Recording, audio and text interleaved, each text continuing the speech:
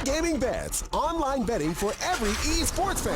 Dota 2 and Hearthstone, CSGO and Overwatch, StarCraft 2, the choice is yours. Express bets for multiple matches or live bets on the game you are watching right now. Know your way around Dota 2? Make a prediction for picks and bans. Playing CSGO? Guess the number of rounds in a certain match.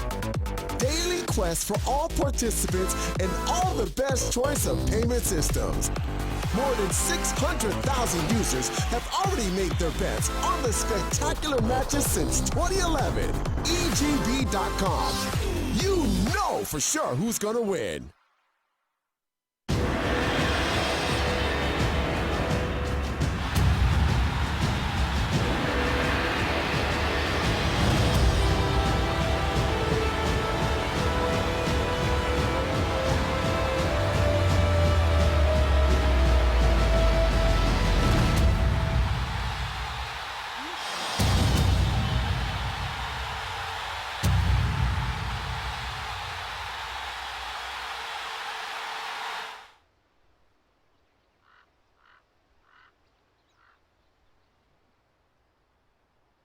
Seconds remaining. What's up, guys, and welcome back to DotaPit Season 5. We've got the last game of the series, FlipSid, going up against Liquid. 1-1 is FlipSid, bulldoze Liquid Game 1. Liquid returned the favor in Game 2. Luna Shadow Fiend hitting pretty hard, and FlipSid unable to respond. I'm Mike Loris, going to be joined by Blaze for this third and final game. Dude, we've got ourselves a real series. Liquid put out all the stops in the last game, that's for sure. Miracle's back on the drafting seat. Yeah, they seem pretty comfortable with him. Big thing that we mentioned was ease of execution. That lineup really seemed to pull itself together very naturally. It had some good cohesion, some good synergies in terms of timings, and the Shadow Fiend and the Luna got to play very aggressively because they had these defensive supports. So looks like something Miracle's going to go back to for game number 3 here. They did ban out the Wisp and the Drow, so we're going to make sure that those classic combos from FlipSid are not going to be in play here, and Vanscore doesn't get one of his favorite heroes as an option. I mean, the Warlock wasn't bad. He was able to put out some pressure there. He got a lot of farm, for sure. But in the end, it just didn't seem like FlipSid had the reach that they wanted. When it came to the longer range engagements, it was really all eyes on ShotSlow to really make the big plays happen on the Clockwork, and he kind of picked and chose his battles poorly. In that case, it really set them back. They ended up losing a lot more than they gained from his initiations, and the end result is that Team Liquid just get this really big advantage when they were actually pretty far behind for the first part of the game. Like the first 15 minutes, I think there was like a 3K net worth advantage favoring FlipSid, but it all turned on its head very quickly when they started just diving under tier 2s, and we see the Team Liquid keep their composure. They're able to really answer back in an effective manner, and now we look at this draft for game 2, or for game 3. We do see that the OD is going to be in TMW's hands once again, but I'm quite curious what they couple with it and what they feel comfortable putting alongside it. I don't think the Warlock again. I mean, it's definitely a possibility, I suppose. Kunkka, I think, was ignored completely in the previous game, if not the one before that as well. So there are definitely powerful heroes to grab. I feel like, though, over this series, the drafts haven't really been like that big of an issue. Like, all the drafts have been at least justifiable. You can see what they're trying to do, and it's mostly been just some person playing a little bit too over aggressively. Like, and it was the Clockwork in the last game for Liquid. It was kind of the entire team in the first game that is really screwing over both of these two teams. Whoever goes too over aggressive, whoever is not able to hit the brakes, is usually going to be the one to end up being punished. So I just want to see like a little bit of a shift of gameplay style here. I just want to see both these two teams maybe take a break, and maybe that involves getting the offlane and FlipSid a different non-Clockwork hero, someone who's a little bit more restrained, someone who needs perhaps a little bit more farm, Slaughter-esque. I was gonna say Nyx Assassin, but I guess not. Maybe that will force FlipSid to play just a little bit slower, and therefore will be able to land a big Sanity's Eclipse and a big Chaotic Offering. Yeah, the way I see it is you pick the Nyx Assassin here, then they ban the Luna, or you pick the Luna and then they ban the Nyx Assassin. But it doesn't seem like they're going to be able to get the same full draft in this game. Everything up to that Nyx pick was an exact duplicate of what we saw before, as FlipSid seemed to be more comfortable here on the Radiant side. But in the end, yeah, I do think that it is going to be a bit of a change-up here with the lack of Luna, but I still think that FlipSid have a lot to prove in that offlane sense. Shot slow. He's got to find a better way to set up his allies. So we're seeing a lot of bans of these good controlling initiators. The Clockwork is always an option, but it's never really, in my mind, the best one. I mean, we've seen that in the meta in general, is that Clockwork has had his limitations. He's been losing far more games than he's been winning, especially in the hands of Shotchlow here. And I don't feel it at this point in time. I feel like because you're up against a Shadow Demon who's able to disrupt you when you go for the power cogs, your main defensive tool of getting out of tough spots in the lane, you're not really able to make the most of your off lane, and you're much more likely to struggle when it comes to finding kills in the mid game because of the defensive reactionary power of disruptions. I definitely would like to see something that's a little bit more clean in terms of initiation, and just again, ease of execution is something that FlipSid are lacking. Perhaps, maybe not like as a direct replacement of Clockwork, but this is the first game today where Faceless Void has been available, and I'm pretty sure if FlipSid don't pick it here, then Liquid are going to be more than happy to grab it, unless there's a Doom. Okay, so we got some metagaming going on here. Doom preemptively is, a pretty good hero up against the Assassins, a pretty good hero up against Shadow Demon. Doesn't, like, absolutely destroy them like a Doom would versus certain, mobility heroes or something like that, or an Omni Knight, but it is effectively banning out those heroes now. FlipSid have this end-all form of control. Actually, I think Doom is really strong against Shadow Demon now because of the reduction of the damage coming out of the Shadow Poison as well as the increased mana cost. Shadow Demon is not a great zoning hero towards really high raw HP heroes. So Doom, if he starts off with a Stout Shield, gets a good creep, either a Wild Wing or a Cedar, he's actually going to be in a great position on the lane, where just from Scorched Earth and his massive health pool, having some of the highest base strength in the game, I think Bulba's going to struggle at zoning him out, and that means Kuro can't just play full roam. He can't harass TMW because he's got to be worried about how fast this Doom progresses. Now, there are some ways to deal with this, like blocking out the Secret Shop hard camp as well as your own hard camp to prevent Doom from getting any free creeps. But all the same, like, this guy is tanky. And we saw Bulba shoot through 2 full clarities and then suicided to neutrals just to get another full mana bar to deal with his opponent in the Clockwork. And I think it's going to be even harder in the Doom. There's a non-zero chance also we see this Doom play a little bit more of a perhaps aggressive Earth Spirit type replacement role. It is going to depend on what the lanes are actually going to look like for Liquid. How hospitable is that off lane for a Doombringer? But as far as roaming around, we've seen a lot of play from pretty much every single team ever. Just get that Doom, either the Troll Trap or the Golem boulder thing where you stun them. The golems are actually really good. I've seen somebody actually intentionally suicide to the shardlings and get 3 boulders out. Like, they're able to respawn, TP the lane, have the little 2 doomlings out, throw those boulders on top of the one they have in their own hand, and that's able to net a kill pretty easily. So that's a lot of pain that they can bring to the mid lane, for example, if they do want to go for a Roger Doom. The reason I feel it's weak is look at their cooldowns now. Like, if one of these is not a core, you're struggling in terms of like your fights in between these big CDs. You can get a great Doom out on the next. You can get a good Chaotic Offering out on the enemy team. But at the end of the day, you need some better means to fight in between those cooldowns, and that's usually going to be through the supports with short cooldown stuns. But we'll see. Right now, we've got Juggernaut as the safe lane pickup for Sodoi. Obviously, TMW is still in that mid OD, and we'll see whether this Doom is going to be prioritized in terms of farm or not. There's no drastic way, I don't think, for Liquid to at least tailor their draft at this point to adapt to Doom offlane versus Doom as a support roamer. They just have to kind of accept it off the last pick of FlipSid and just kind of roll with it from there on out. But Liquid, they're going to go ahead and grab the Terrorblade. Magic damage or non-physical damage from FlipSid is quite reasonable right now, so Terrorblade does have to be careful. Defensively, there is a lot the Terrorblade has to worry about, especially control-wise. Like, getting a timely Sunder off against these heroes of FlipSid, not going to be easy. But offensively, I mean, you have the siege power of Metamorphosis and Conjure Image just by itself, add a Shadow Demon on top of that, and things can get really ridiculous if Liquid get a little bit ahead. But, I don't know, Terrorblade just seems so fragile here up against what FlipSid have. Yeah, then again, they're not putting out that much like burst, magical, or pure damage. Like, obviously the OD can ramp that up pretty quickly, and the Warlock can put that out, but not like in the first 10 minutes of the game where Terrorblade's at his weakest, where he doesn't have any health items. Like, most of their damage is coming in from just like hard right clicks. Terrorblade's going to be fine with that from armor. Like, yeah, he will, like, Terrorblade's always going to be squishy to some damage or another, but at the end of the day, he's got the Shadow Demon behind him. and I think he's going to be able to itemize well enough to be able to circumvent it and deal with it. So yeah, we'll see, of course, but I think that the Terrorblade is going to be in an okay position this game, and of course this is going to be Matoma Man in a very comfortable position on this hero. The one comment about this Doom is that if it was a Roger Doom, I feel like that he probably just would have picked up the Earth Spirit again.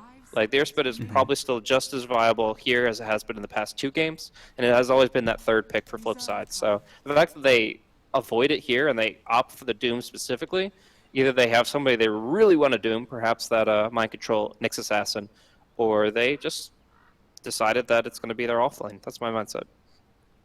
Well, I mean, Earth Spirit is still in the pool, so they could definitely go back for that and then kind of, you know, have all the benefit without any of the con there of the third pick Earth Spirit, and then, you know, everything else kind of falling into place afterwards. So there is a chance that we see that, but it doesn't seem like Liquid have that same read. Tidehunter is going to be banned out instead. They're expecting Roger to take this Doom. There is something to be said with the, you know, counter picking versus Doom versus counter picking against the Earth Spirit. You have to make sure that you're not going to be 100% like casting reliant as the Doom, or as the team playing up against Doom. As up against Earth Spirit, you have a little bit more leeway there, but well, again, we'll see. I think either way, Liquid should be at least in an okay spot to deal with this. Perhaps not quite enough damage all the time to keep Doom out of lane 100% of the time, but I don't really see FlipSid being able to put together like an offensive duel or tri-lane to really punish Liquid there. So, last 20 seconds. Unfortunately, Team Liquid do not have the last pick, so Miracle has to make a decision, not knowing exactly what to expect from this Doom. Like you mentioned, they think it's going to be Roger Doom roaming around, but it could go either way. Their final pick here is going to be their mid lane for Miracle himself. Last game in the Shadow Fiend, before that the OD. This time it's going to be Ursa. So what we're looking at is a lot of potential physical damage output up against this Doom. Like, the fact is Doom is very low armor, very high health. Ursa just stacks up these Furious Swipes, and even like 4 or 5 swipes, and he's going to be able to bring his health down very quickly. Beyond that, the Warlock, his heal is a very gradual one. The Shadow Word as a defensive heal, if Ursa's able to close distance and just get 1 Earthshock on you, you're probably dead no matter how much you heal. Because as that heal continues to build the Warlock's health pool, the Ursa is just getting 1 or 2 more hits in, and it's going to be problematic. So as far as laning goes, it looks to be traditional. Mid lane Ursa, safe lane Terrorblade, off lane Nyx Assassin. And I'm curious how the Ursa actually fares against OD, because Miracle obviously is going to be picking a superior matchup for himself, knowing his opponent from the first pick of the FlipSid. And it is going to be the Axe pickup here, so it looks like offlane Axe and Roger Doom is going to be the choice. Yeah, they needed some way of handling this Ursa. The Astral Imprisonment from the OD is certainly a good place to start, just by getting rid of the Ursa, but as far as killing him off, FlipSid, they have a Warlock ultimate, I suppose, to handle the Ursa there. That's not really the greatest. So lane-wise, I think Miracle should be doing okay versus the OD. It really does depend on where this Doom ends up roaming towards. The more Doom involvement over towards mid, the worse the lane is therefore going to be from the Ursa, especially if he is going to have to face up against the boulders or the nets, depending on what the Doom actually finds. So it is slightly risky there from Liquid, but I do like the pick from FlipSid. It gives them some kind of non-negotiable control, gets some extra space for the OD and the Juggernaut just to let loose. So overall, I do like how Liquid kind of have a very similar draft to the last game, but I think FlipSid are probably a little bit, or they're just as well equipped to deal with it as last game as well. I don't know. I feel like the Doom, Warlock, and OD is a little bit too far dipping into these like massive cooldowns to win fights, and I feel that while Liquid, it is a good way to break Liquid's tempo when they're just pushing tower after tower, taking Roshan, etc. If they don't get a perfect usage of their spells out, they're going to have a really rough time, and they might just get run over. Like, this could be an extremely convincing game one way or another if Liquid can just kind of build a momentum with it. But the one thing I really like about these core pickups, specifically Matoma Man's Terrorblade and Miracle's Ursa, is they really don't care about the Doom ultimate that much. Like, if you pop out your Overpower, if you get your Metamorphosis out, like, you're just going to right-click anyways. Sure, you can enrage. You're going to be a little bit more vulnerable there, but like, in general, compared to like some cores, these guys really just couldn't give a damn. So getting Doom-proof cores is most likely going to shift the focus of of that hero towards the Nyx Assassin. Like, it's pretty much just Nyx Assassin, Doom the Nyx Assassin or bust, like Shadow Demon, Keeper of the Light. It's kind of nice to take those defensive spells of Blinding Light and Disruption off the field, but it doesn't really seem like a great game to be playing Doom, and it's kind of the fact that they saw the Doom coming third pick. I mean, I'm not really sure if FlipSid could have sequenced it any other way, but Liquid definitely picking themselves up a Doom-proof draft may or may not have been punished more by replacement Earth Spirit or shuffling those roles up a little bit here from FlipSid. So there's definitely some risk associated with the third pick Doom, and it's pretty much this. Like, you end up in a situation where you don't really have any clear target, but still, he does have boots of speed. He's still able to just chase people down in the early stages, and as long as he kind of respects the Terrorblade DPS, the Ursa DPS, he should be off to an okay start considering how low damage his supports are from Liquid. Yeah. In the end, I still think that he's going to be able to most likely keep the Nyx out of a lot of the fights, and at least annoy the Ursa, who's like looking to time a really good enrage with his lifesteal and physical damage. But I feel that Liquid have some good answers as long as they're able to deal with the early usage of the neutral creep spells. But I think the biggest one right now is going to be the Mud Golems. Mud Golems spawn, Vanscore is going to be pretty happy, and in the meantime, of course, that means that Liquid will just have to kind of keep an eye on things. For now, though, yeah, Roger going to be playing... actually, they switched it up here. So Roger was the Earth Spirit last time, whereas Vanscore was the Warlock that went for Hand of Midas. And now they're switching it so that Vanscore goes boots. He's going to be roaming around on the Doom. He's just going to do it while Roger kind of plays it a little bit more chill down bottom. And all the other cores in FlipSid going to land pretty much exactly where you would expect. Shotlow top, Cedo's Juggernaut bottom, and on the other end, Liquid seems like they're going to be doing pretty much the exact same thing. All the lanes as to be expected for right now, so most of the eyes are going to be on Vanscore and the Doom. It does seem like the Liquid side are going to have someone help out Miracle as they have in the previous games, just to get a little bit of an edge, to get the ball rolling, get a handful of CS, to get a little bit extra sustain or something along those lines. But Liquid, as far as being proactive in the early stages, not really easy to set up until Nyx Assassin gets a Vendetta. Yeah, so we'll see. For a little while, it's just going to be a farming game from Liquid, then maybe the Ursa trading. I do want to keep an eye on this mid lane to see actually how Miracle's able to handle this matchup, because obviously he picked this into TMW knowing and respecting that TMW is a really strong OD player. So yeah, he's just going to try to close the distance to 4-man shield and take advantage of the fact that early on, the OD is incapable of really stealing intelligence. The Arcane Orb is way too cost ineffective. Yeah, there is a lot of armor and damage reduction here for Miracle, so right clicks from Tame Wild, yeah, they'll be free, but they won't really be doing all that much as they do add up, and OD has to be careful not to get too close to the Ursa. But Vanscore going to poke in and then poke out. He hasn't devoured anything yet, so there is that.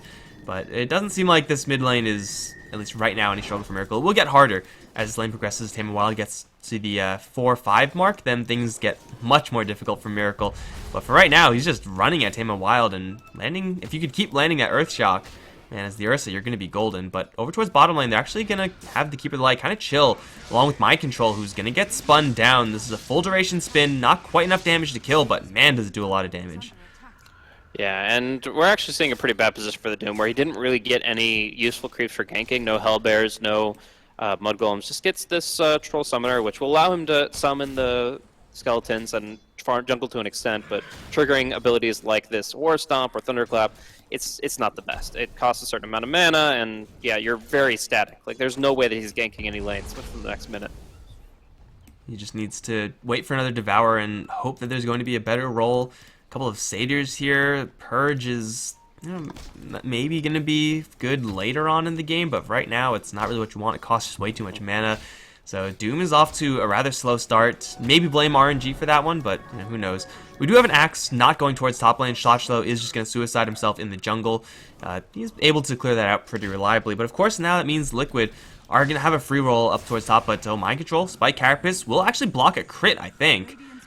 Is that going to end up saving him? It will. So Mind Control having a rough time, but top lane, Matoma Man is having as free a time as possible. Shotlow's arrival is going to throw a wrench into that a little bit, but this top lane from Liquid can push so incredibly quickly that Shotlow kind of has to stay up here, and he will be getting less farm by doing so.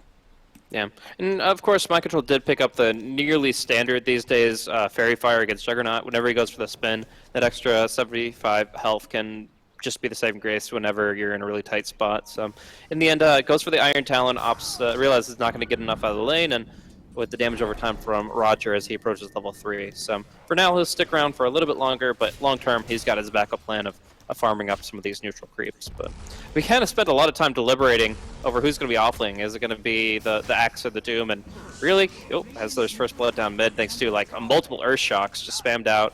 Chakra Magic really helps for this as well, as it's a very short 5-second cooldown. Earth Shock into immediate Earth Shock. We saw the impacts of Bristleback and the double cast, but Ursa double cast, I was definitely not expecting that to be that relevant, especially this early. So setting up a pretty early kill on the OD. This is even with OD having boots and windlaces, whereas on the Ursa there's nothing. So just by being close enough to land one Earth Shock, you set up for the next one. He's going to go in again just to start putting some claws into the OD. Vangscore has arrived. He only has a Shockwave though. That is not what you want if you're going to be ganking an Ursa. It's okay, but it's just not enough. So Liquid off to a slightly better start right now. They're going to land an Impale onto the Warlock bottom. Mind Control actually got quite a bit of free time since everyone pretty much left the bottom lane. The Keeper of the Light also left the bottom lane, so Mind Control is kind of on an island, but still level 3. Not too bad, all things considered. Yeah, we're going to actually see Matoma Man progress pretty nicely for himself here, free farming in the top lane, 30 CS for himself. Shot slow, spent time in the jungle, same thing with the Vanscore's Doom, so they really haven't been able to really make an aggressive mark on the map. Now we're going to see in mid, though, that Prismate should set up the Inferno Blade, and going for the Satyr Shockwave will almost clip him, but he actually dodges it. Could that be enough with the bottle? He is able to Earthshock and walk away! Wow, dodging, just making that small one step over to the left, and then dodging the Shockwave, saving Miracle's life. Of course, the timely bottle coming out as well, which I'm going to say he played around the entire time because it's Miracle. It's a survival for the Ursa. FlipSid showing off how kind of situational a ganking Doom is. It is very difficult to gank Ursa pretty much ever, and it's not really going to get that much easier moving forward, since Liquid will be more inclined to keep Bulba in this area, and with that disruption, like, there's just no chance you get the kill on anyone there. So FlipSid missed their opportunity there, but still the OD CS-wise is not really being challenged, so I think that FlipSid should be pretty much okay with how this is going. Oof. That was some Illuminate, though. I'm just really surprised how well Miracle's able to control this lane. Like, obviously, the one kill there for First Blood Coddle was really nice, but, like, look at him. He can just go. Whenever the Imprisont's on cooldown, Team W has to stay at full, like, arm's length, because this bear is just very destructive. And now he's got the Windlace. He's going to go for the Phase Boots, and it's just going to be harder and harder to contest this lane. I'm just surprised that Miracle is able to do this much without having like a huge movement speed advantage over the OD. Like, he's been slower than the OD this entire time, but somehow he's still able to land Earth Shocks, and so now he's going to close the gap a little bit. It's just the limitation of OD is that he isn't a 600 range hero. He's 450. His Astral Imprisonment right now is only 475 cast range, so he's got to be pretty close to his target if he's going to be involved in the lane. It's not as bad as like a TA or a Morphling, but it's enough for a Miracle to exploit. Once you decide to commit to a right click as an OD, then usually the enemy's going to get close enough. Top lane call is there with neutrals attacking in. Axe caught the Terror Blade, and apparently Liquid aren't happy with that one. But yeah, Axe getting a call into one hero with random trolls attacking him from the right side. Pretty easy kill for Shots, though. A kill that probably just shouldn't be happening. And well, maybe that's why Terror Blade calling for help and no one heard him. But either way, Axe kind of gets a freebie up towards top lane, and killing off Terror Blade, slowing down that hero is the thing that FlipSid want to do. Like, you slow down the Terror Blade, you keep your towers alive for longer, you get more farm. Ursa, yes, is a threat. Nick Assassin, yes, is a threat, but Liquid in the Terror Blade, he's going to be the one killing your towers.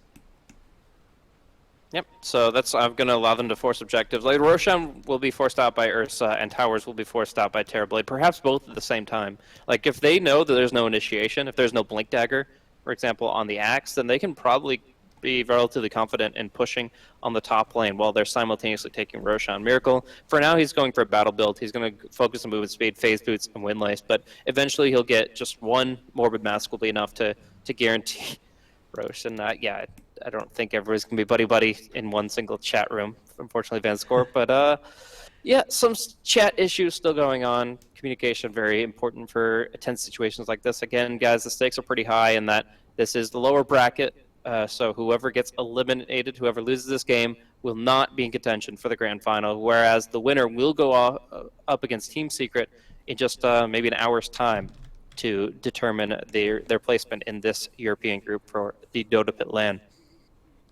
That one is going to be, I mean, it's always interesting seeing the new Secret play. I just feel like it's still a team that, like, I'm surprised exists just because of those players. Definitely an interesting jigsaw puzzle of pieces that have worked together to a decent extent, considering how new the roster is. But long term, we'll see how effective it will be. Liquid is, an interesting jigsaw in of itself, because I got to cast them a lot going into the Summit European qualifiers for Phase 2, and they had their hit and miss matches. In the end, they ended up going down to Virtus Pro. The big thing that I'm looking at is just the difference in comfort that Miracle has in his laning configuration on Liquid compared to on OG, where like in OG you always had Fly controlling the pace of the game really well with very active early game supports. You had No Tail, who, while everybody was focusing Miracle, got to farm up a tempo core like a Sven or anything else that just like one blink dagger and you're suddenly a hero.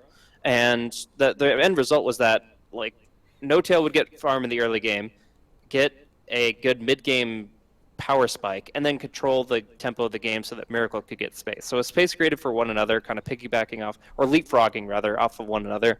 And now it feels a little bit more disparaging. I mean, Matoma Man is much greedier compared to No Tail, and that means Miracle gets less as a whole. Now that's not always a bad thing, but I think it's just adjustments that they've needed to make. And the end result is that they're kind of adapting to this new economical system of really who is going to be able to take the most out of the map, and of course how much Miracle is going to be able to accomplish with the farm that he has.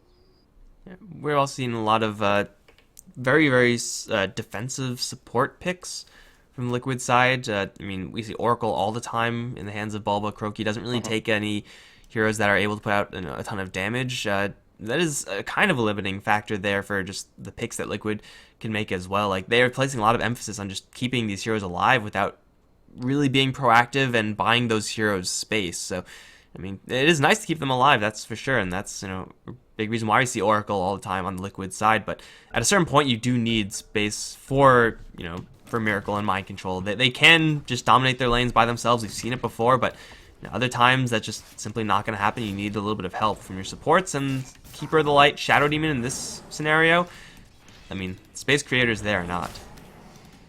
Yeah, so we'll see if they're able to put out any pressure anywhere. Obviously, it seems like Ursa's going to have to create his own space here, as he kind of is starting to overwhelm the opposition in terms of his fight potential. The fact is, he is now level 7, max Ur Shock. He can put that out twice with the Chakra Magic, now reducing cooldowns by 5 seconds. And yeah, you just can't feel confident going up against Miracle here. Vangscore is going to poke in. Still has that Satyr still in his stomach, so working with those shockwaves, the mana cost does add up pretty quickly. Damage-wise, it's not really the most efficient spell, considering how low mana pool the Doom is. But still, we haven't really seen all that much from Vangscore. 2 deaths, 1 assist over towards the mid lane, I believe, on Nursa. No, it was for someone else. But either way, not really doing a hell of a lot. Shochlo is going to catch the Terrorblade in a taunt right now. There is a Sunder, going to get him a lot of juice back, but he has 2 heroes on his tail, including Scorched Earth and the Blade. So Matoman's going to take a lot of non-physical damage. Bulba can only help him so much here, but the jukes to the south, Matoman's going to get a lot of distance away from Shochlo, and Vangscore can't do it by himself, but they'll lose Bulba. Got hit by like a random spin there from the axe. Pretty lucky for Shochlo to get hit with that like 1 proc. And Team Wild's going to circle in from behind, and that should pop the Terrorblade. Yeah, so really good Sunder, really good juke with the Quelling Blade, but unfortunately when TMW comes to play, there's really nothing you can do but run in this situation. And that's going to give a really nice spike to those 2 heroes. Shochlo taking down the Shadow Demon, and OD taking down the Terrorblade. This is a really good boost of their farm, because otherwise Miracle would start to overwhelm them. Like the ability for him to just close the distance now with phase boost. You'll see it here as Mind Control gets a stun off, and that might just be the end of the OD. Mind Control doesn't have anything else to Carapace cast. They play, can spike yes! Carapace return. Stun. So good. One more hit. Oh, not quite. Axe is going to drive them off now. And Mind Control, he's completely out of gas. They will Omni Slash up to the north. Miracle is going to enrage and reduce most of that damage. Grab a Bounty Rune just for a full bottle charge. Shasho doesn't have anything to help out. Seedoy is going to hit with the Earth Shock. Phase Boot's not going to do quite enough for him. So Liquid aren't going to get their bounty, but they could have been in a much worse situation if things would have been slightly different there from FlipSid. But either way, you do have to watch out for that Astral Imprisonment, Nick Assassin, Spike, Carapace return. We've seen it a lot in the last game. Wasn't really hugely relevant, but in this game it's never too late. Over towards bottom lane, Terrorblade now hit with the Doom and all the magic damage in the book. Mind Control and Bulba may come in, but this Terrorblade is going to die one way or another. Will be denied. And it will set up for a spike onto the Doom. There's not much damage here, though, so Vangscore, yeah, hit with everything in the book, is just not going to lose any HP until Miracle comes in. Now, here's the damage they need. They just need to control him for a little bit longer. And Miracle's, again, just not fast enough. He can't stick to his targets without someone setting up for him. Yeah, nevertheless, I mean, they're able to at least get these big cooldowns away. Like, the Omni Slash, the Doom now on cooldown. Miracle can pretty much do whatever he wants. Just needs to get healed up with this 10-minute rune, and I expect them to take something. If not roast, then finish pressuring this tier 1 bottom. Like, the Axe still went for Vanguard over Blink Dagger, so I feel like Liquid have to take advantage of that. They have to realize that the Axe, while tanky as all get out, all he can do is run into the fight. He can use Battle Hunger for a bit of a speed boost, but he can't surprise you and close the distance just out of nowhere. So with that in mind, you need to press objectives. You need to take tier 1s while you still can, and I expect bottom to fall shortly. Terrorblade has his real ultimate up in that Metamorphosis, so he's just going to put the screws over to that one. Tama Wilds is going to show himself, and he does have a Warlock behind him, but it's only level 5 Warlock. Not quite level 6, is very close. Still, the longer they can hold this, the more time is being spent towards top lane pushing freely. Axe Gun and Creep Wave, Juggernaut to do the damage versus the tower, and now they're just going to consolidate their forces on the bottom lane. Yeah, this tower is not going to be easy pickings, and Warlock just needs like 2 creeps to die. And then he's level 6. And then Liquid will really, really struggle. Mind Control is going to wrap around from behind with Vendetta. Illuminate spam is coming in. And FlipSid aren't really in the best spot because there's not room to maneuver here. But when this tower is not dying, that's fine for them. The tower on top lane is dying. The big problem here is Matoma Man's Metamorphosis was starting to run out, and they really can't fight without it. They just don't have enough damage unless the Ursa is like right up on the front line. So in that case, they weren't able to get the initiation off at the exact timing. If somebody's off the tower 5 seconds earlier, then there's some real problems, and Liquid would be able to really find a nice exchange of kills. But as we can see, Liquid aren't able to get much out of it. They have to wait for that Metamorphosis to cool down, and they'll only be able to just throw out long-range spells to try to defend their bottom lane. While Liquid are waiting for their big cooldown, the big cooldowns on FlipSid are available.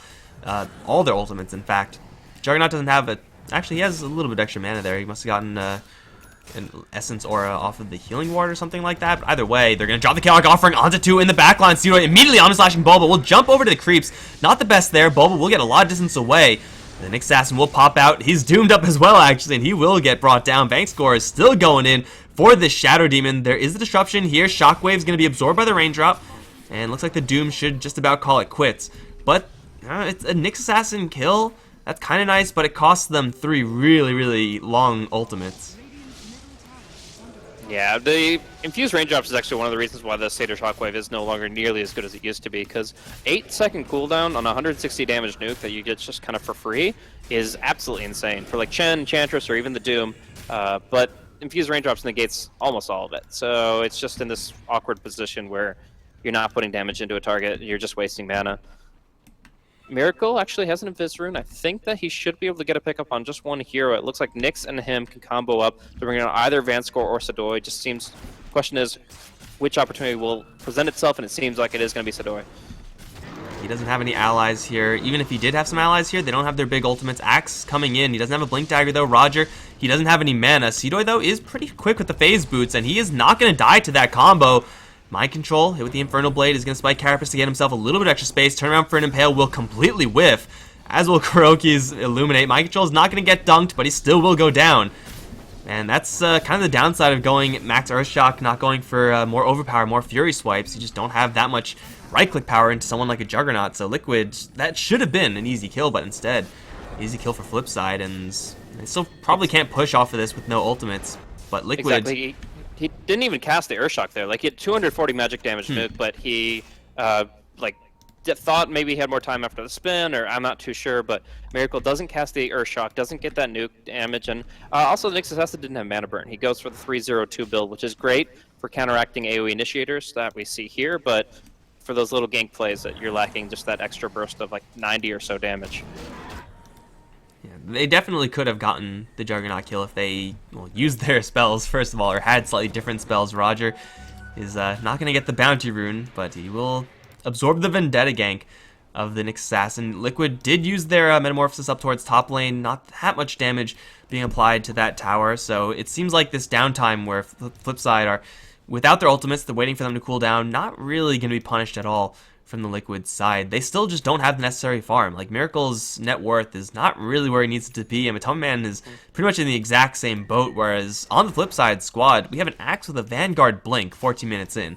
He can start every single fight, and Juggernaut and OD's farm not too far behind him, so just FlipSid getting a lot more net worth into relevant items, and for Liquid, that's just not coming up yet. Even this Dragonlance on Terrorblade, I don't think will be enough for them to convincingly take fights versus FlipSid. Oh, and Marco should be going down here. If he just steps an inch too far out of position, Shots was going to pounce on him, and looks like they're going to be able to do it under tower here. He does have his ultimate. Tamei Wild is the only one protecting himself right now. You jump in, call Miracle. There is a bubble right next to him in the form of the Shadow Demon. It seems like no fight, no problem for FlipSid. Just drop a healing ward. Cool Cat gonna let them gas up and take down the tower. Maybe will be a tower trade as they lose the bottom lane, but oh man, it's just Nixon's keeper there. They can't really push it that quickly. So FlipSid are getting objectives and more kills and more farm. Seems yeah, we're kind of in a similar situation to what we saw early in Game 2, where FlipSid have all the keys to the game. They have the tools for initiation and Shotflow. They have all these things, but they just have to pick the right battles, and that might present itself bottom. Doyle, first of all, it's the Chaotic Offering onto 3 heroes. Shotflow is there with the call onto the Ursa. He did get his ultimate off, so he's not taking that much damage from this Juggernaut, as they're all going to hit with the Illuminate. Juggernaut still has the Omni Slash, but there's not that much control here. Vangscore going to chase in. Inverted Blade onto Bulba, slowest hero here, and they will dunk him just for good measure. He is down. That is a Warlock ultimate for a Shadow Demon kill, though. That is not really super high value. But maybe they always have these extra cooldowns to fall back on. Here? Like, the one big difference I would say in like where a normal Warlock lineup is, normally you say, oh, they pop the Golem, they can literally do nothing for the next 2 minutes in terms of fighting. But that's not true for this lineup. They have Axe Call on a very short cooldown. They always have the Doom or the Sandy's Eclipse available. So yes, you blow one cooldown to get one kill. In general, you say that's a bad trade. But in this case, you're able to keep fighting and keep pushing and keep taking objectives. So it doesn't really hurt their position on the map.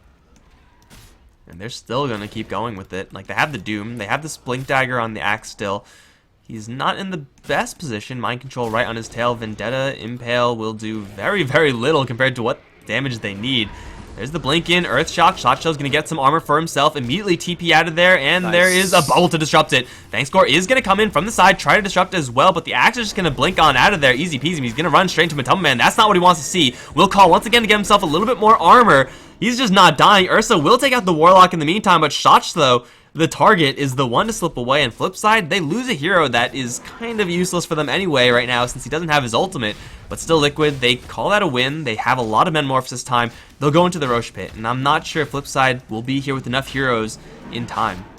No, I don't think so. I mean, the big thing is the Axe's HP. He's just way too low. He goes in, he dies with that one call. But there is a healing ward coming out from Sadoy, which will bring him back up to full very quickly. They're going to be going in with the spin. He's going to just be setting up a perfect call from Shashflow. Oh, the Roshan, though, gets the last on the Nyx because so many units were near him. He just slams the ground and kills off one. Still, they kill off Terrorblade. They get the proper kill on Terrorblade. Stop Liquid from Roshing, though. That's the important thing. And they're going to go right in. A little bit of Shadow Word healing action. Ursa is in the air with the Blink Dagger, illuminates, and it's not going to happen. They actually lose the Ursa to the bubble of Tame My Wild, so he's in limbo for a little while. He's going to try to go towards that OD, but he just doesn't have enough damage. Upheaval is going to do, again, pretty much nothing. But they do have Miracle in their sights. Blink Dagger is being canceled by the Battle Hunger. Seedoi is going to Omni-Slash Mind Control. It will do absolutely no damage. And that should be that. Very awkward there, but the Vendetta comes out and cancels out that Omni Slash, and that's such a big swing, though. FlipSid able to take the Roshan out from underneath Liquid, where it was otherwise Liquid's 100%. Like, in that situation, they did lose the Warlock. You mentioned that he's not that useful without his ultimate. The big thing is that Axe survive. If Axe just takes a little bit more damage, 100 more damage, and ends up going down there, there's no way they can test Roche. Big win for Liquid, and we start to see things break relatively evenly. But FlipSid are able to bring the Axe back in thanks to the healing ward of the Juggernaut, which has been skilled up pretty nicely at level 3 now, and that means that they're able to get in, to get the beautiful call combined with the ODLT and turn that entirely. So now big Aegis for the Juggernaut, and now they're even going to kill off the Nyx. Doom and a call beforehand. He's going to get saved for a couple seconds, but he's just going to get spun down. And now the Chaotic Offering is going to connect onto 3 heroes. They're going to try to body block, but Tumbleman Seedoi does not have his Omni Slash for this one, but they do have another call from Shacho, catching 2 Sunder, not in time. And he's going to lose his head. Mike Joe's going to land a really nice impale, but it's way too late to save anyone. He's going to immediately go invis and try to get the hell out of here. In the back end, there's someone in this imprisonment. It's Miracle. He's going to try to ulti out of here. Infernal Blade, the spin. His ultimate is holding for right now, but it's not going to hold forever, especially when another call comes in from Shacho. Ultra kill for the Axe, and they're looking at maybe a 5th. Mind Control is just tanky enough to get himself out of there. Force Staff the Golem out to save some damage. Roger's gonna get pulled back in by the blinding lights. He's not gonna be in that much trouble though. Shacho, his Axe and his Blink Dagger play has been absolutely impeccable. I want to say like 1.5 at least on average, maybe even absolutely. closer to 2. Yeah, really well set up by the fact that they're able to just run down their opponents. Like, the fact is, when you doom a Nyx Assassin, sure, the Shadow Demon can disrupt it, but then they're all in this kind of concave position where first the Golem was able to exploit it from Roger, and then Shacho was able to follow it through and just dunk away. They actually almost had like 5 heroes killed off, as Kuro actually dropped down to 8 HP from Fatal Bonds. Just heroes dropping left and right that were connected to him, and it nearly cost him his life too, but just barely tanky enough with his items, is able to survive through it. Still, an ultra kill comes out, and it's just gonna be very difficult to come back from that. I mean, Shotchlow, Blade Mail, Vanguard Blink, this is your bread and butter. You can go for pretty much anything you want from here, the Crimson Guard or I've even seen Abyssal Blade work out as a progression for Vanguard decently. Other than that, like, I mean, the world is your oyster. Like, these are the only items you need as Axe, and even these few items, this like 9k net worth, is able to go into the late game because of the way that Blade Mail scales against these heroes. Yeah, not only are these like good items on Axe in any game, in this particular game, Liquid's cores and the Ursa and the Terrorblade are like pure physical. They don't do anything but physical damage, so these items are getting extra value. Like the extra armor from Blade Mail is just going to be that much better, and Croaky decides it's a good idea to teleport up towards the top lane. Probably not so. He's going to get his head chopped off. It's a pretty easy keeper the light kill there.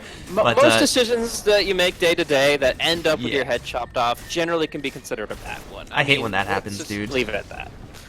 It's the worst kind of decision. Just a plate mail on Axe and he's just unkillable, but for right now, FlipSid aren't waiting.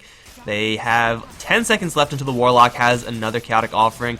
Liquid, their only initiator in the form of Mind Control, has struggled to actually start the fights. And now that there's a healing ward on the deck, Liquid, they kind of have to go. Ursa is with a Blink Dagger, and that is kind of nice to get into the mix of things, but you jump in there as Ursa, you immediately get imprisoned by Tame My Wild. Or doomed, or something else, and they're going to jump in call. Misses completely. Shotch, though, is hit with the Demonic Purge, but he's kind of okay taking this as long as no one else on the team is. Seedoi is being focused down, kind of, but he's ignoring all of that with the heals on him. He's just not losing HP, and now the Chaotic Offering drops onto 4 heroes, and they're all gonna hit with the Eclipse as well. That's 2 down immediately. Miracle's in the middle of things, but again, his ultimate's not gonna hold. He'll get spun down, and someone else is in the boat. What's Matama Man? Sunder will actually end up killing the Doom, but it's not gonna save his own life. Ursa's back in. He immediately gets taunted by Shotch, though. Again, the Axe play impeccable. Double kill. Kuroki's still alive, buyback here on the Terrorblade, but Seedoi, he is going to get pushed right back into a spin onto Kuroki. Is that enough damage? Kuroki not going straight to his fountain, will get spun down. I think could have otherwise made it. And now Seedoy just buying items from the enemy base along with the OD. Liquid get demolished, and their base is going to lose its top set of Raxes. What a fight from FlipSid. That's how you use an Aegis. Just the full duration, full effect. The Juggernaut is on the front line the entire time, no fear at all. And Liquid just can't focus him. They can't worry about the Juggernaut that's besieging their barracks because he's got 2 lives. He's got life insurance. So they have to try to go on the back line, and in doing so, they put themselves in the perfect position to get comboed up by the Warlock and the Axe. Triple Bonds, triple Golem, triple Call, and just a full team wipe. I mean, Liquid have nothing left in the tank. They've lost their full lane. They are down 15 kills, and this just might be their elimination from DotaPit Season 5. 20k behind, 20k experience behind as well, not to mention like this golden experience, or I guess the gold is translating into real items as well. Like Force Staff here on the Warlock, he probably knows this game is not gonna really last long enough for him to get serious value out of an Aghanim Scepter. I see like 1, maybe 2 chaotic offerings, or at least he should see that before they are just in a completely dominant, kind of unlosable situation. So they're going to itemize for right now. Either Lens and the Warlock, pretty consistent with that. Like a Force Staff, got all these cost-effective value items from FlipSid, smelling the blood in the water. And, well, there's still a tier 2 left on the bottom lane, so Liquid can stall out a little bit with that being alive, but there's just no counterplay. Like, every single time, they're getting hit with just giant BKB-piercing disables, as if they even had BKBs, and they just don't have enough damage once they get called. Like, you cannot kill off this Axe with the Liquid heroes. They just don't have enough magic damage. And if you have that kind of damage, then you're probably just doing it to blade mail anyways, Yeah. and then you're losing that much health, which brings you that much closer to the culling threshold, and it's just a really bad spot to be in. I mean, Shotzlow, for all the mistakes that he seems to have made in the second game, he's made up for it entirely in this game number 3, making the critical initiations, all actually set up by Roger. I gotta say, I've loved Roger's roaming play in all the matches that I've seen, but seeing his Warlock play, it really trumps what we saw from Van scoring game 2 as well. So across the board, FlipSid stepping up their game and about to eliminate Team Liquid. Remember, a lot of these teams are in the regional qualifiers for Europe for Boston Major. That is coming up very shortly, so this could really set the tone for what we're going to see next week. Went into the base through mid and jumped to the Nyx Assassin. You never see that one coming if you're Liquid. Kuroky's going to try to Blinding Light and leave, but there's only leaving in a body bag. They walked in mid, there was no detection with the smoke, and yeah, that's a pretty easy 2-kill there from FlipSid, and along the lines of Boston Major, like Liquid definitely seem like they're a little bit more shaky compared to some of the other teams involved, but I mean, FlipSid they're doing just fine for themselves. Yeah, I mean, FlipSid, the past couple tournaments we've hosted, they haven't really stepped up their game as much, and they aren't even invited directly to the regional qualifier. They have to go through opens, but Liquid not able to close this series out, and it may be feeling a little bit shaky going into their next event. We'll see what they look to adapt, but I mean, this is going to be the last major fight, I think. They've got 2 big ultimates on FlipSid, no Doom available. We'll see what Liquid can do about it. Oh, they called the Nyx Assassin and almost kill him off the Eclipse. He's going to not quite die, but he's going to lose his head, so he's real dead now. And then there's the Chaotic Offering onto 2 heroes. Matama Man's down to like 1 HP immediately. He's going to Sunder up, but even then, not gaining enough damage is going to go down, and Miracle as well. Triple kill for Shotzlow. He deserves every single one of those. Only the Keeper survives. They take down the OD. I guess that's kind of nice, but they barely scratch Seedoy. They barely scratch Shotzlow. And Vangscore is just keeping a Keeper in his base. This is 2, probably 3 sets of Raxes. Yeah, and at that point, it will be GG. There's no coming back from Mega Creeps with this kind of a team at this kind of a timing. 27 minutes in the game, and it looks like they're going to be down to no Rax whatsoever, with no real way to clear out the waves other than the Keeper of the Light. It's just not going to be enough. The Blinding Light will delay it, but this range Rax will fall. They've got Glyph. They don't even spend Glyph. I think their hearts have been torn into. They are not looking like they're going to DotaPit Season 5 land. That's bad beats for Liquid, but FlipSid, I'm sure on Cloud9, as you said, there's a less than 1% chance of this lineup from Liquid coming back from just the Mega Creeps, let alone Mega Creeps, plus FlipSid's next push, plus the fact that next push is going to be supplemented with a double life on one of these FlipSid heroes. Roshan is available for them to take, as if that's even necessary. It didn't seem like in this game there was any like thing we could point to. Like, it wasn't Liquid being too over aggressive or anything like that. It was just FlipSid were outplaying them in the fights. Like, every single chaotic offering, every single call from Shotchlow just got them so much more than Liquid gained, and pretty much every single time Ursa was forced to ult, he was never able to hit anyone with it. Yeah, so I will have to point to a couple of things in the fact that, like, on the top lane, the Axe got a lot out of that lane. Like, we saw, actually, he got the kill on the Terrorblade with a one-man rotation. The Doom didn't, like, Doom and Axe started off in jungles. Like, they started off the first 2 minutes jungling. That should have given time for, like, Bulbul to pull and get some experience and try to be in a better position to contest that, and that just didn't happen. Beyond that, their lineup isn't really good at diving past their opponents to get to another target. They have the Blink Dagger on Ursa. Once they got that, they have one hero that can do that, but nobody to follow it up. Even the Nyx really immobile in terms of getting in position for that, unless he's able to walk past them without detection. So what that means is that they can't kill the Warlock before he gets a golem off. And a chaotic offering in these kinds of fights set up the Berserker's calls so perfectly that it was just almost a foregone conclusion. If the fight starts off with a golem coming out, multiple heroes, and then a Berserker's call following that up, there's just no way to really rebound. They have to cut their losses, and even then it's going to be heavy ones. Perhaps Liquid, they needed like more small-scale engagements, like when Ursa is really powerful, because we haven't really seen Ursa be powerful in this game. Like, he just hasn't had the chance because he's always going in a full 5-on-5 team fight scenario. In 1v1s, that's where Ursa is king, but they just haven't been able to put those together, and now at this point it's just way too late. Like, once FlipSid decided to go push top, that was already too late because they were grouped as 5, and you can't pick off heroes when they're grouped as 5. And now FlipSid have like all the items they would ever need ever. Shiva's Guard, Scythe of Vice, even a Maelstrom, because it's the best item in the game. Like, why not? It's time to go in. That Rax advantage just gives us such a dramatic net worth shift, and this is going to be Liquid's last hurrah. They're going to smoke it up. They're going to give it their all, but in the end, this is a very tough fight to take. It's not even daytime for the Keeper of the Light. Like, he has the Ags, he has the gem, but it's not even the right time to take this fight, but there is no other time they could possibly take this fight. Shotja's gonna kind of get jumped in the backside, but someone more relevant is gonna be Miracle. Ursa almost dead. One more shot is all they need, and they will take him down, and they kill off the Terrorblade, and they chaotic offering the Fountain, because why not, and the Eclipse. Okay, I think FlipSid at this point are just showing off because they can. They smashed Liquid in this third game, and they're moving on. And that is going to be it for this best of 3. 2-1 is FlipSid taking the victory over Team Liquid, eliminating them from this European group.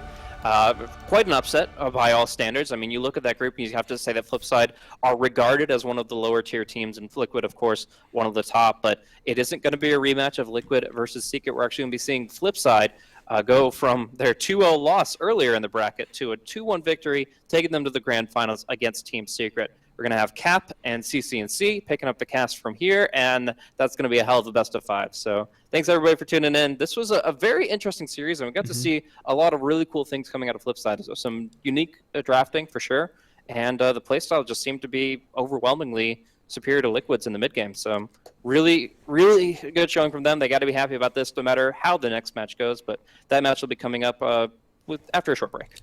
Yeah, Liquid failed to adapt, but best of 5, you get a lot more time to adapt, and we'll see if Secret are able to put that one together, or if it's just FlipSid's day to win. Guys, I'm going to be dropping the stream in a little bit, handing the reins over to Cap, but if you did enjoy the casting, be sure to hit us up on Twitter at Mike Loris, for myself at Blaze Casting, for my co-caster. Stick around, because why would you want to leave? That just makes no sense. Finals, best of 5, coming up in just a little bit.